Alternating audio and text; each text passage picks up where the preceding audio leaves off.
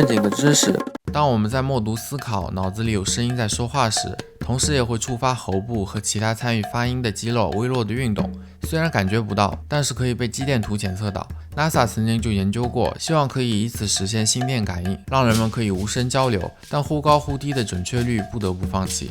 在我们说话和默读时，大脑负责的区域都会被激活，所以目前认为思考中脑海里的声音大概率就是自己的。正经的知识又增加了。